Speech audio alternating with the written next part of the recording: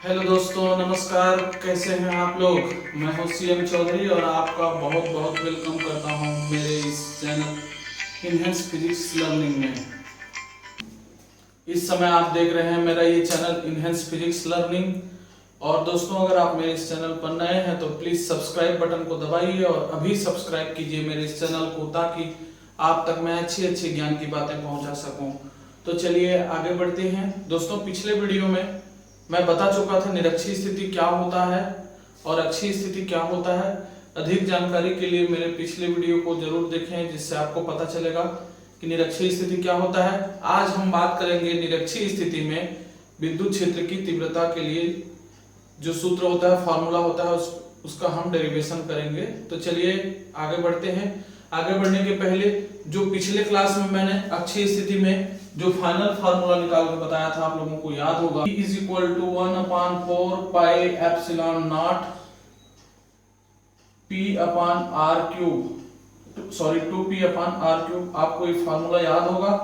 ये फार्मूला जो है हमारा अक्षीय स्थिति में विद्युत क्षेत्र की तीव्रता, इस फार्मूले से हम बता सकते हैं। आज हम पढ़ेंगे निरक्षीय स्थिति में विद्युत क्षेत्र की। तो चलिए सबसे पहले हम बनाते हैं निरक्षीय स्थिति का डायग्राम। आप लोगों को याद होगा, एक बार और देख लेते हैं।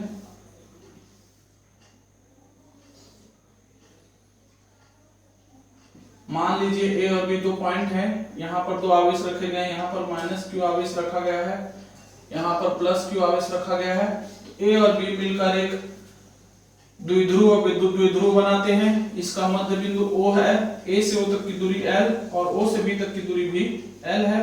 और O पर अगर हम एक परपेंडिकुलर लें, इस तरह से 90 अंश का एक कोण लें, तब मान के चलते हैं कि इससे R दूरी पर एक बिंदु P है, मध्य बिंदु O से R दूरी पर एक बिंदु P है, जहां पर हमको विद्युत क्षेत्र की तीव्रता ज्ञात करनी है।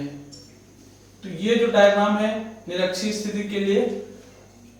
तो अब देखिए, इस डायग्राम में समझने की कोशिश कीजिए। A से P एक हमारा विद्युत क्षेत्र कार्य करेगा और दूसरा जो विद्युत क्षेत्र है B से P कार्य करेगा। तो B से P कार्य करने वाले विद्युत क्षेत्र को हम ले लेते हैं E1, और E1 का डायरेक्शन इस तरह से होगा और इस तरह से यहां पर आपका ये जो होगा E1 का डायरेक्शन होगा।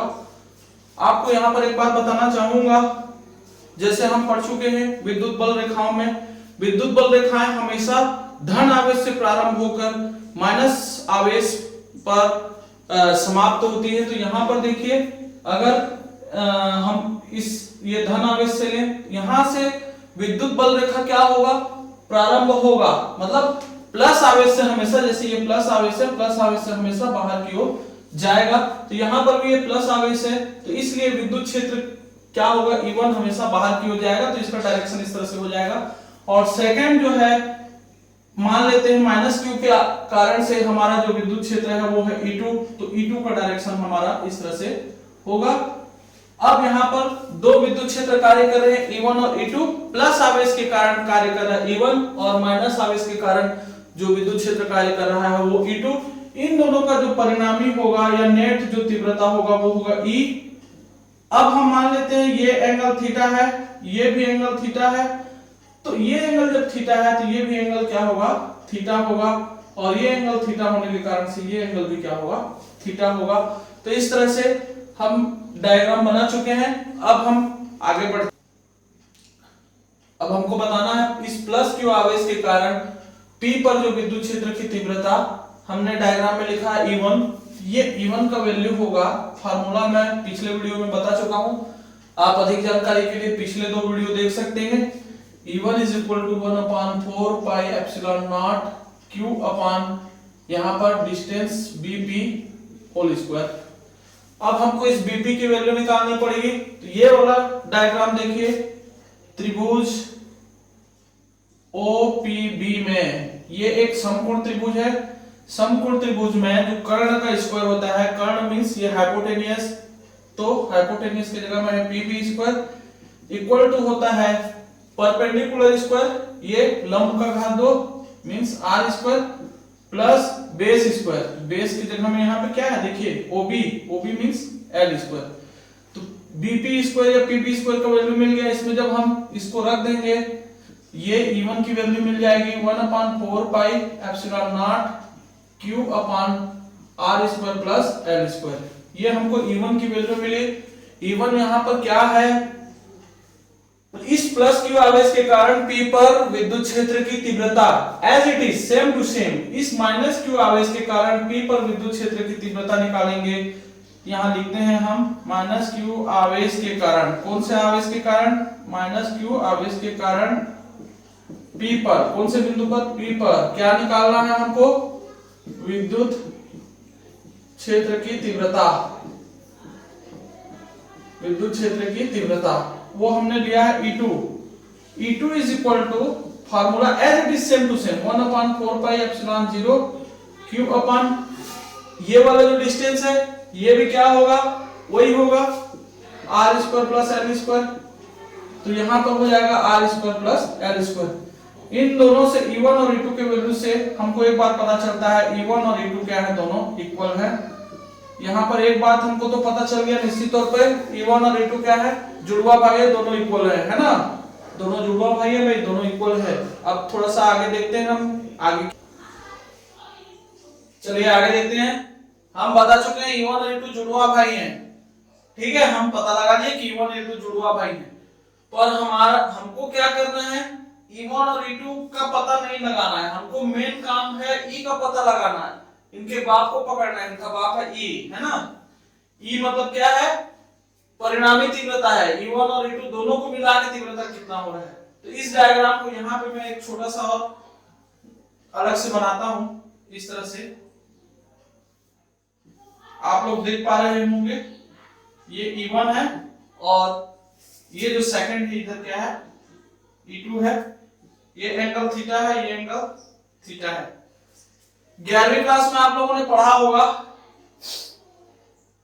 कोई भी जो भौतिक राशि है उसको हम दो समकोणिक घटकों में विभाजित कर सकते हैं, परपेंडिकुलर जो होता है, ये E1 को एक जो घटक है ये वाला होगा और दूसरा जो घटक है ये वाला होगा। हमेशा जो थीटा की ओर होता है वो कॉस में आता है, तो ये क्या मिलेगा आपका E1 cos थीटा, और जो विपरीत दिशा में होता है वो साइन में आता है, तो ये मिलेगा E1 sin थीटा, ठीक है बच्चों। उसके बाद उसी तरह से E2 के लिए एक घटक ये वाला है और दूसरा घटक ये वाला है, ये वाला क्या मिल जाएगा E2 cos थीटा, हमेशा थीटा की ओर cos में, और ये वाला मिल जाएगा E2 sin थीटा। तो अब जानते हैं हम E1 और E2 की वैल्यू है एक ही है, इसको हम E1 sin थीटा भी लिख सकते हैं। तो अब देखिए भाई ये भी E1 sin थीटा है, ये भी E1 sin थीटा है, दोनों बराबर है लेकिन दोनों एक दूसरे के कट्टर विरोधी है ना, दोनों एक दूसरे के कट्टर विरोधी, तो क्या होगा ये E1 sin थीटा और ये E1 sin थीटा एक दूसरे को निपटा देंगे, खलास कर देंगे। अब बचा हमारे पास क्या, ये वाला, इधर E1 cos थीटा है, इधर क्या है E2 cos थीटा है, तो परिणामी तीव्रता जो E है वो क्या हो जाएगा E equal to E1 cos theta plus E2 cos theta.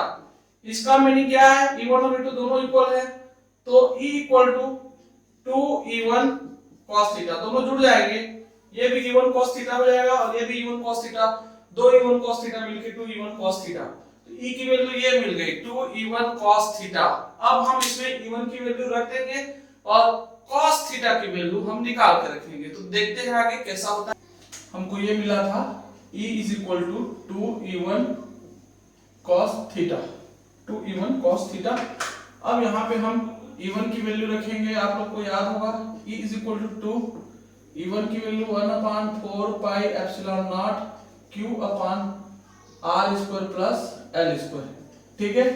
और cos थीटा की वैल्यू रखनी है हमको, तो cos थीटा का फार्मूला क्या होगा, इस डायग्राम में देखिए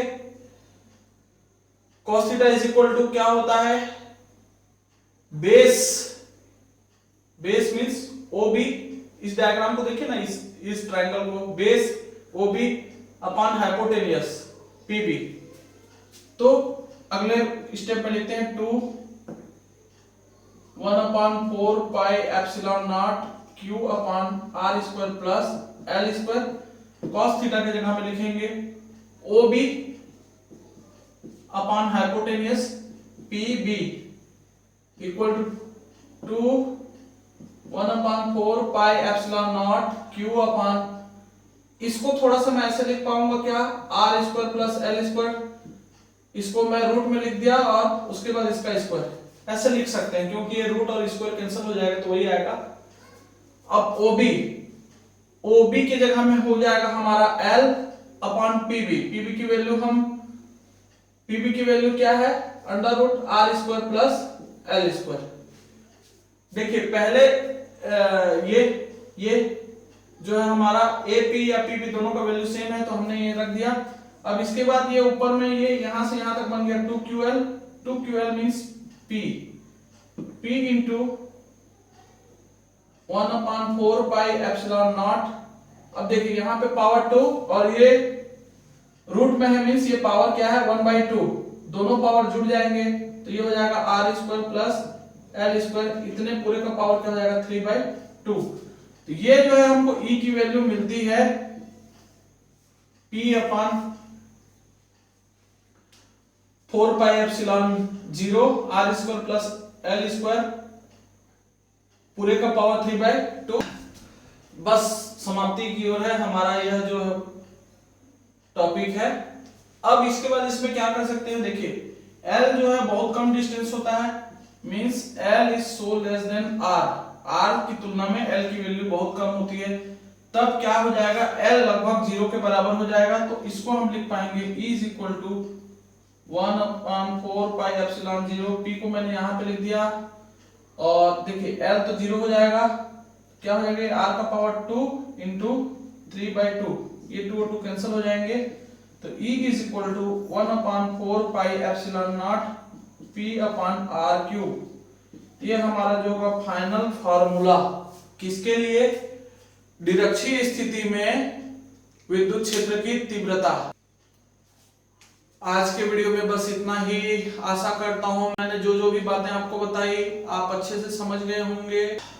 तो दोस्तों जुड़े रहिए मेरे इस चैनल से, आप तक इससे भी और अच्छे नॉलेजेबल और कॉन्सेप्ट वाली बातें मैं आपके सामने लेकर आऊंगा और भरपूर कोशिश करूंगा कि आप लोगों तक मैं फिजिक्स के कॉन्सेप्ट को अच्छे से समझा पाऊं, पहुंचा पाऊं।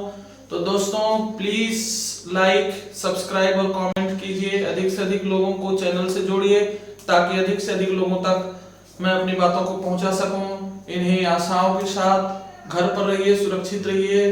अलविदा दोस्तों, अगले वीडियो में मिलते हैं, इससे भी और अच्छी बातें लेकर मैं हाजिर होता हूं। तो अभी के लिए फिलहाल इतना ही।